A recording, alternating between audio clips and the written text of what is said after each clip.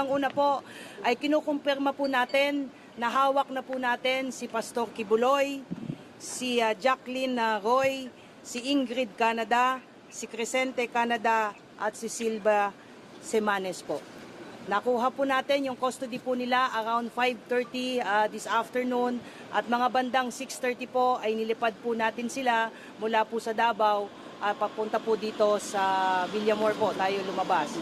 Lumapag po sila ang C-130 lulan po nitong mga nasabing individual at nakakating po sila dito sa Villamor na around 8:30 ng gabi at nakakating po tayo dito sa custodial facility na mga around 9:10 ng gabi po. Sa ngayon po ay nag-undergo po sila ng booking process. Kasama na po dyan yung fingerprint at mugshot at natapos na rin po yung physical and medical examination.